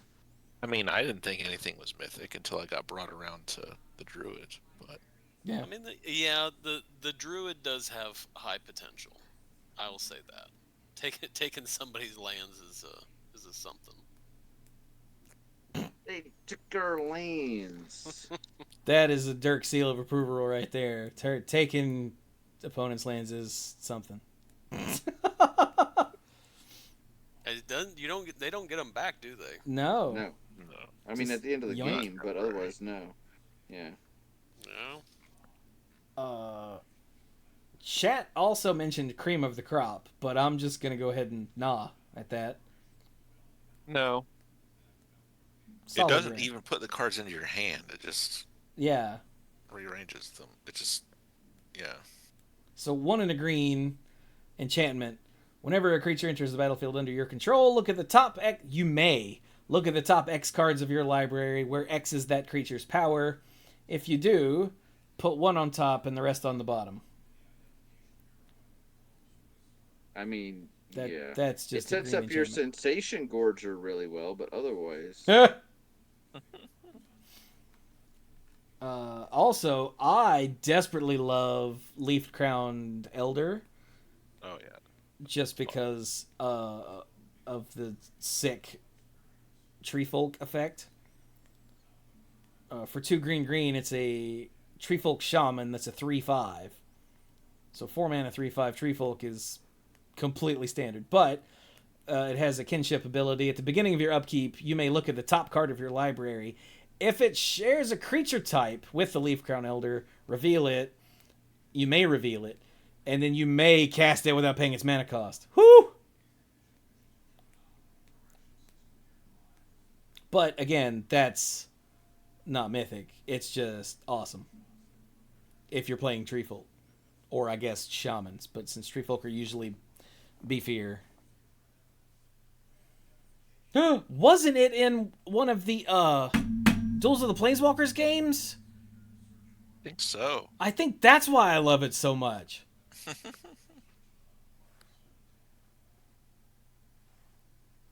Yeah. But anyway. Not Mythic, though. As much as I love it. Yeah. Well, I think we're nearing the end here. Anything else in green? I think we're done. Are we done with green? I feel like we're done with green. I'm done. Mm-hmm. I mean, okay. Mike just straight up, I'm done. Done with his crap. All right, so there's the one artifact, the Door of Destinies. Hey, Dirk, tell us about Door of Destinies. All right, Door of Destinies for 4 mana. It's an artifact. As Door of Destinies enters the battlefield, choose a creature type. Whenever you cast a spell of the chosen type, put a charge counter on Door of Destinies. Creatures you control of the chosen type get +1/+1 for each charge counter on Door of Destinies. So, given that this was the pre-release card, and it's in a set that is heavily tribal, like, this seems like an easy Mythic to me. Yeah. But that could just be for those reasons. I don't know. What do you guys think? It's the only artifact in the set. Well, it's the only rare artifact in the set. It ties into the themes of the set. It can be used in literally any deck that has creatures. Even if you're just like, okay. But like, if it was just if it was just today, like I an would say anthem, no, but yeah. Sorry, if it was just like an anthem by itself, then obviously no. You know, creatures is chosen type get +1/+1. All right, have a party. But yeah, the fact that it keeps getting bigger the more you play the tribe, I don't know. It just feels that it could be big enough. I think at the time that it was printed, I can definitely get behind that. Yes.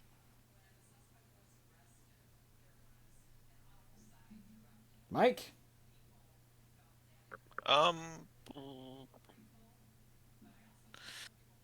Maybe, you know, because it can go with any tribe. It's a decent cost. I think I've come up with this idea before that maybe a card that they just want players to be able to get a bunch of because it's cool. I don't know.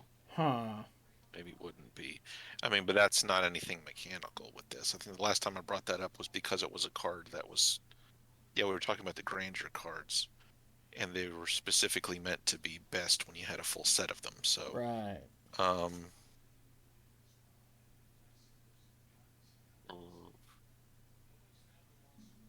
know. So, because we're all kind of about it, it could be that, like Mike said, because this is an eminently usable card, that they wouldn't have made it Mythic.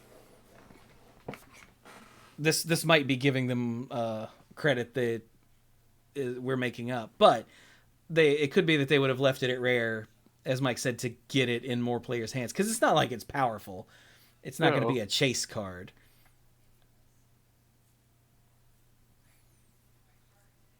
So I can see that one going either way.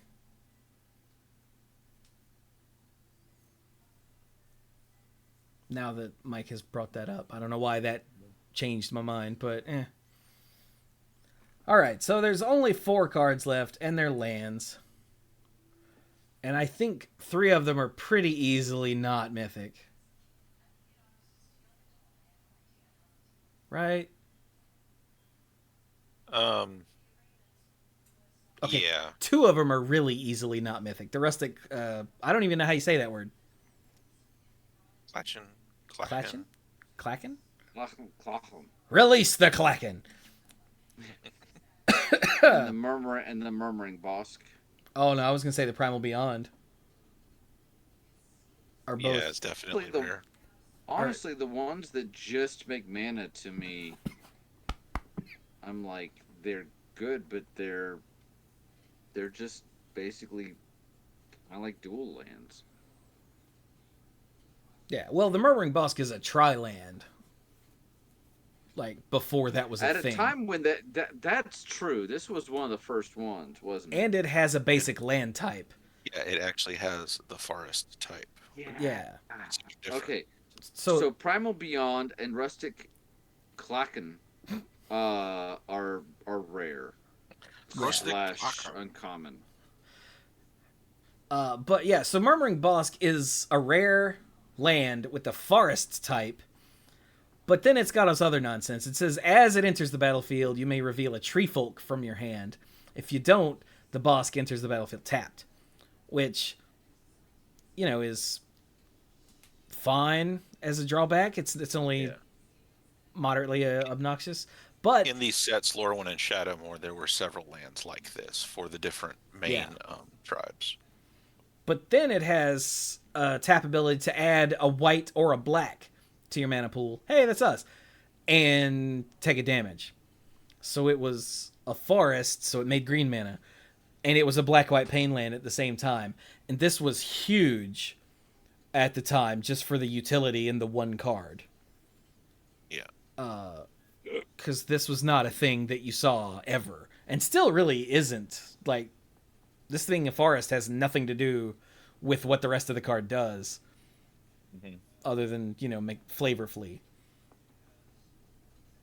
But I don't think that's enough to push it into Mythic, but it is notable.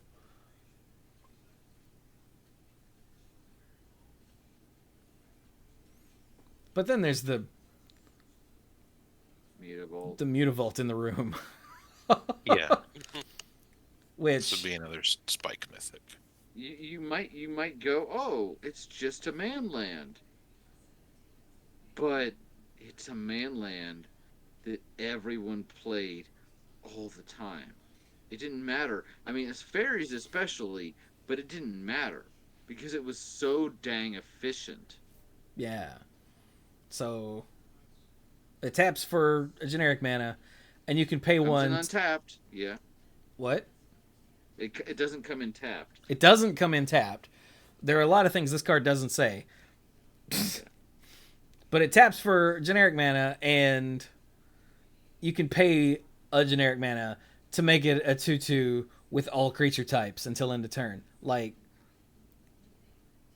there's no universe where this isn't really good. Mm-hmm. And it's a throwback to Mistress Factory, which at the time we all knew was really good. Yes. So, like, I feel like this would have just been a mythic, but also it might not have been because it's so good.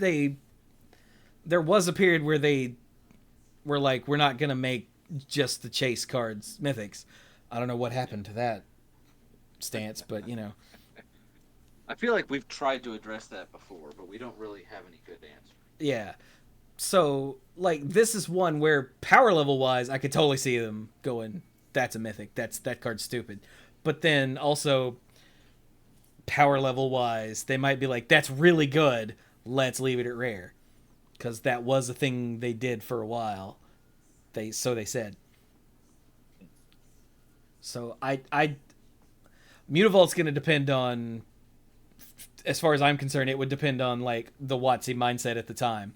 Because it could easily go either way for those reasons. Which I know kind of sucks for the purposes of a Mythic Conscription, but what you gonna do? What do you guys think?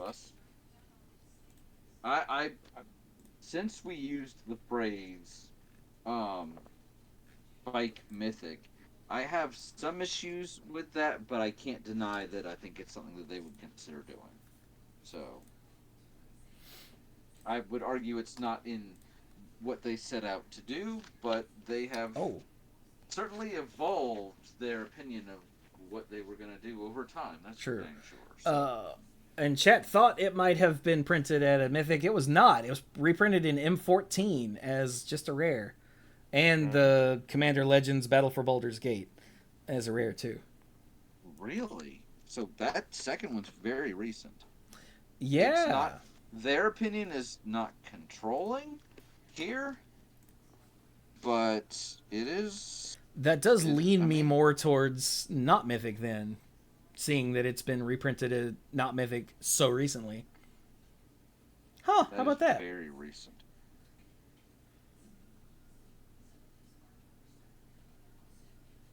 Wait a minute.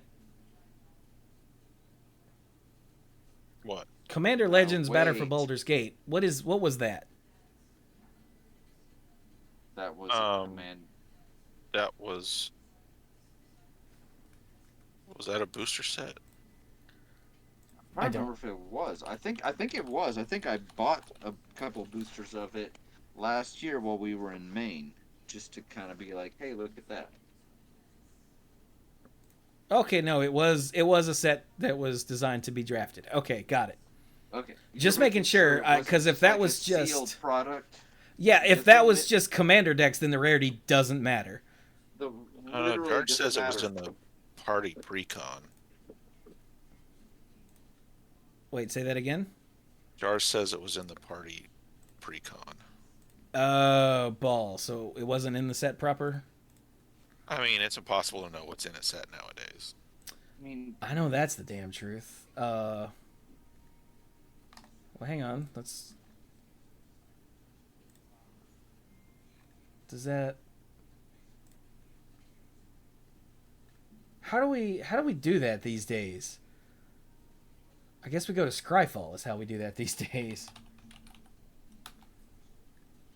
And we do a search for Mutavault. And we look at what it was in.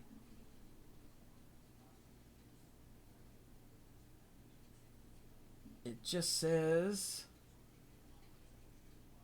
Commander Legends Battle for Baldur's Gate. Well, that doesn't help.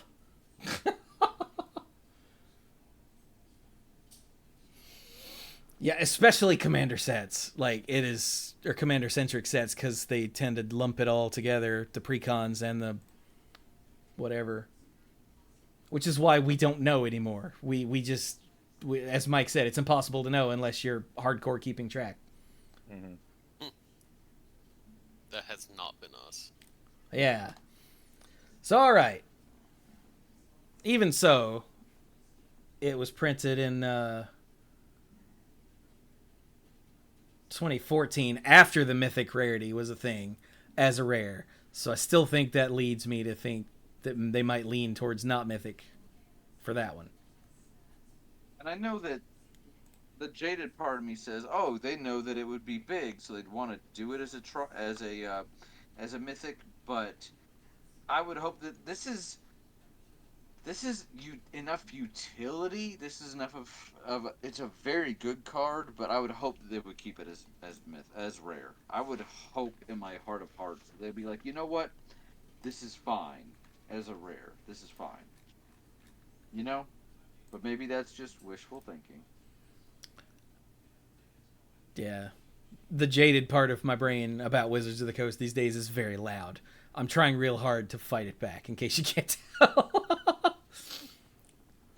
So that, I think, is Morningtide.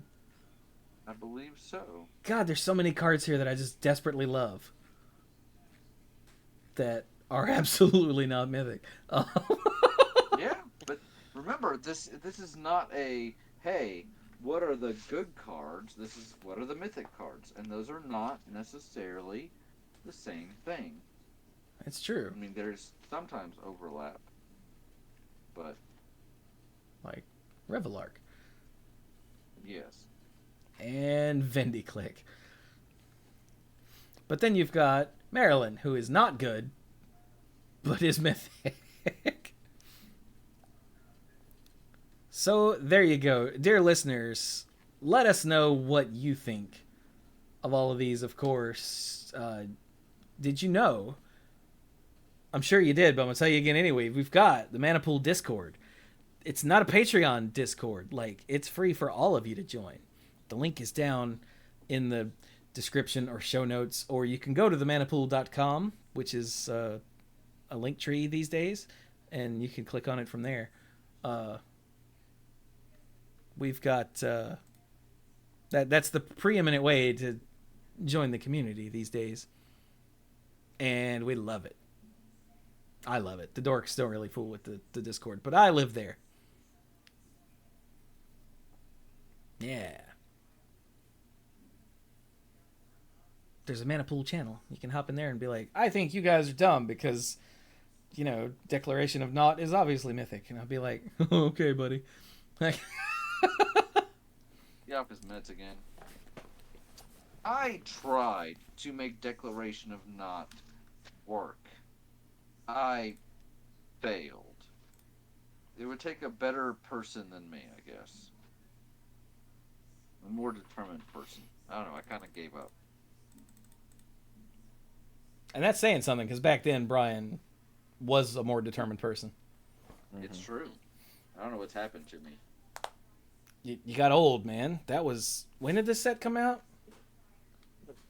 08? Well, yeah, that makes sense because we started the show at the end of 07, so... 07, yeah. Yeah. No, that makes sense.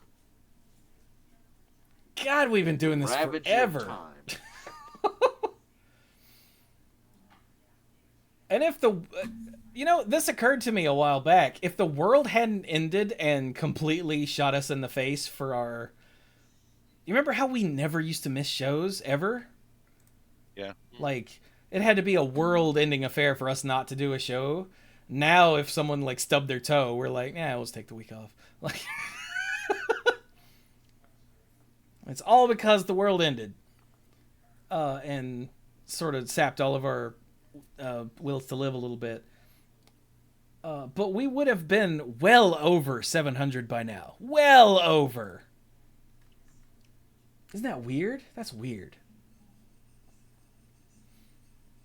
Also, the Just Chatting episodes don't tick up the numbers up either, and we've done a bunch of those. So those two things are what? Or why we're not at 700 yet. Craziness. Insanity. See, whenever anyone says that word, I hear it in Ice Cube from the song Children of the Corn. By Korn. I just thought I'd share that. But it's an insanity. Because then I want to go, it was all about the... And I can't say the next word because it's a family show. But... You know what isn't the legal definition of insanity? Pretty much the thing that everybody says that it is. But, you know, not getting into that. This is not a lawyer show. This is not a lawyer I don't podcast. think they're meaning the legal definition of insanity when they say that. So The whole doing the same thing over and over again, yeah. Yeah. Luckily, or else that would actually make your head explode. So hey, since I mentioned the Discord, I will go ahead and say here you should also think about going to patreon.com/themanapool and becoming a lifeguard, because you can get the shows early and videos early when I'm get back to that. Sorry about that. And you get the odds and ends, the before and after each show, which are all caught up now to current shows. I'm up to, what did I say earlier? March. I'm up to March. Is that what I said? I don't remember now. I think it was March. But I'm in this year. All of the old shows are caught up. There are, counting this one, there are literally 10 as of this moment that have not been posted. And I got one done earlier this week. And then I got sidetracked doing other things, but, you know. But we're almost current, which after so many years of being so far behind is awesome. I'm very excited. And of course, you can, if you really want to, you can become a Mythic lifeguard, which is all what the Mythic Conscriptions all about. See, I tied it in. But you can become a Mythic lifeguard and get a sponsorship shout out like these fine people. Let me think. Let's do it in this order. Yeah, there we go. Connor Kennedy, Al, Team You Hellas How Are You, Scuzzo, Beardy Man. Who's that guy? Pinball Witch, John Parker, Andrew Odie, Jason Kaus, Casey, Jake Jansons, Mr. Dr. Lewis, Jason Doan, Kim Ho, Cody Buckowing, and ALK Alters. Yay! So thank you, all of you Mythic Lifeguards, and all of you other Lifeguards at every tier, all of you listeners, viewers, everyone who shows up at the stream, lurkers. Dirk just resubbed with his Prime sub for 27 months. Hey, if you've got Amazon Prime, don't forget, you can totally throw the sub at us, because I appreciate it. That also gets you the bad at this game emote, which you can use to get thrown out of other people's chats. Huh? Huh? So, all right. Now that all the bookkeeping is done, dorks, how about some final thoughts? So, I guess for my final thought, I actually need to be heading out. As we've been doing this, I have had 1 or 2 messages come in from work because, lawyers aren't supposed to sleep. Haha, why would we? But honestly, I'm doing great. I just wish it was a little cooler. Like, I was walking into the courthouse this afternoon. I had some stuff in the morning. I was coming back in the afternoon. A guy coming out was looking at me. He's like, "You're wearing a dark suit." I'm like, "I am." And they're like, "Aren't you hot?" I'm like, "I am." So I could stand for it to be like a good 10 to 15 degrees cooler. But that's me. I've got some stuff to do. It's wonderful to talk to you guys. But I'm going to head out. Everybody out there in the internet, be good. Yeah. For goodness sake. Yeah. Whoa. Whoa. Bye-bye. Night, B.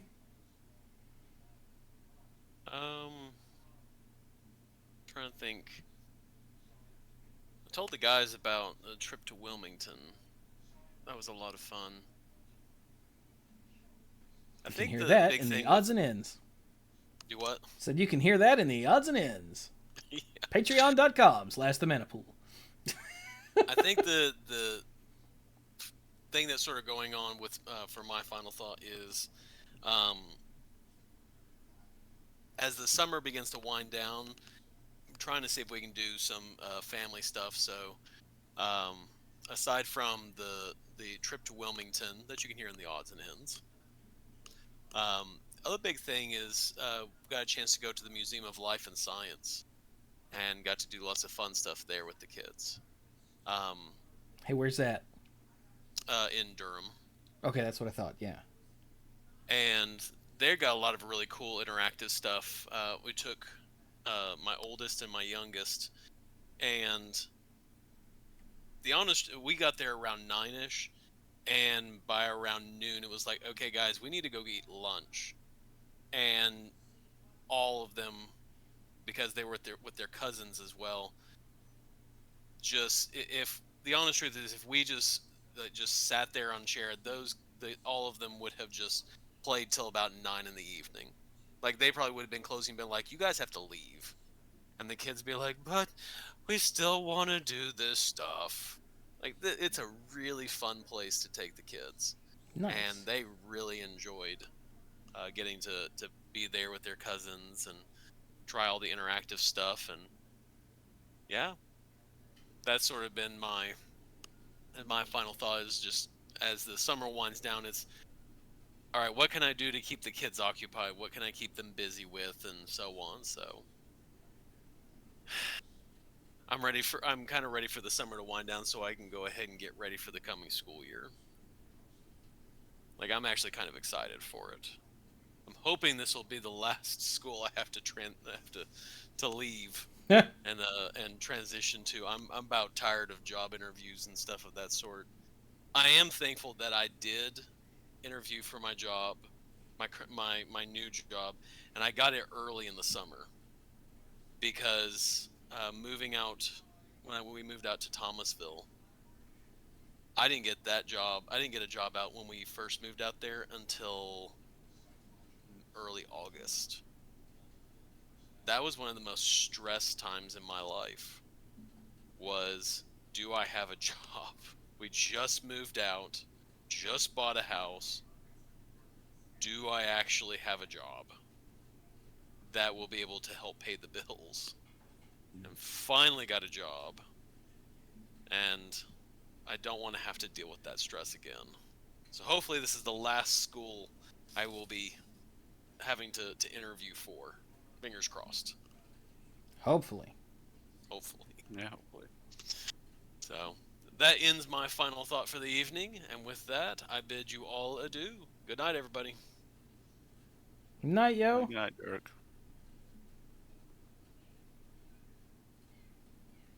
How about you there, Sir Beard? Sir Beard? Beard, sir? Yeah. Mr. Man? Yeah, man, it has been quite a lot to do lately, and it all happened very, very quickly. Getting a house, there's a lot that goes into getting a house, a lot of paperwork you have to do once they decide they like your offer and actually want to do business with you.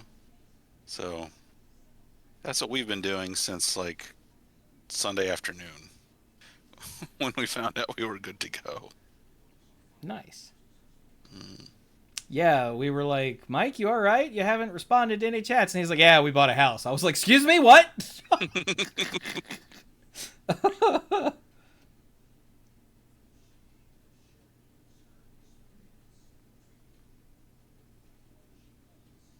Oh, is that it? Yeah, it's been pretty all-consuming between that and the additional pressures and busyness from my regular job. I just haven't had anything else on my mind this week besides those two things. Yeah, understandable. But I'm excited. It'll be a big change, for the past like 13 years. It's been, just me in this little one-bedroom apartment. Well, okay, for the first like 10 of those, it was just me. And then Ashley joined up, and she's been a good sport, doing this little, one-bedroom apartment. But yeah, it's been past time for us to find a different, better place for us. And in just a little more than a month, that'll yeah, we'll be there. Nope. I'm all wrapped up. Oh God. Okay. Mike, keep filling for a minute. I'm all wrapped up. Okay. So under normal circumstances, Chewie would be the one leading us out, but he's got some kind of incompetence going on his side. I don't want to speculate exactly where the incompetence comes from, whether it's inherent, whether it was learned. I don't know whether he's finding this amusing or infuriating. I don't know. He's probably. I actually stepped away for a minute, so. Okay. Yeah. So you good now? Yes. Okay, thank you for filling for me. So at the end of the last show, I mentioned that I had met a girl who is very awesome, and I was trying to make the most out of our time together because, she was leaving soon. And it turns out that is not the case anymore, which is awesome. Yeah. Yeah. And so I thought I'd bring her in here to say hi. Hello. Hello. Mike said hi. So there we go. That is Renee. If you're in the Discord, then you already know all about Renee, but yeah, she is no longer moving to a place that doesn't exist. Have I told you that 4-letter states aren't real? Yeah. Okay. I've been to Utah though. No, you haven't. I've been to Narnia. I've taken a ship in Utah. I've slept there. Did the mic pick that up? Not enough. Okay. It probably will when I boost the audio. I should have told you no swearing on the podcast. That's my fault for not clarifying. But yeah. So this is awesome because now we get to have an actual like normal relationship instead of trying to cram as much of one as we can into a short period of time and then doing the long distance thing and trying to figure out how to get my broke ass to Iowa, which isn't real. So could go to Utah. That's also not real. Go to Narnia or to Cleveland. Is Cleveland real? 1, 2, 3, 4, 5, probably. So yeah, I have been warning people for a while now that I'm going to be an absolute wreck for an undetermined amount of time, but it turns out I'm no longer going to be. So that's awesome. It is. And I'm very excited. I'm going to have to beat her for making Editing Chewy not actually do any editing. I guess I'll do the audio version. But the YouTube version, no, there's just a swear in there, right? Maybe. But yay, I'm very excited. That is my final thought. Is just that I don't have a horrible misery coming up very soon. Which is great. That was Renee. She's great, by the way. In case I didn't say that. In case I didn't say your name. I don't remember. I'm busy being delirious. But, yeah. I don't recall either. Do what? I said I don't recall either. Yeah, but you're delirious for a different reason. Oh, yes. You're literally delirious. I'm just deliriously happy. So, yeah, with that, we will be done with this episode of The Mana Pool. What is it, 683? Yeah, 683. So, yeah, that's what we think of Morningtide's potential mythics, and that's just what we're up to. So with that, yeah, we're done. So thank you all. So I was like, crap, I got to do the Patreon thing. No, I did that already. Yeah, you did. So with that, thank you all so very much for joining us. And is Mutavault mythic or not?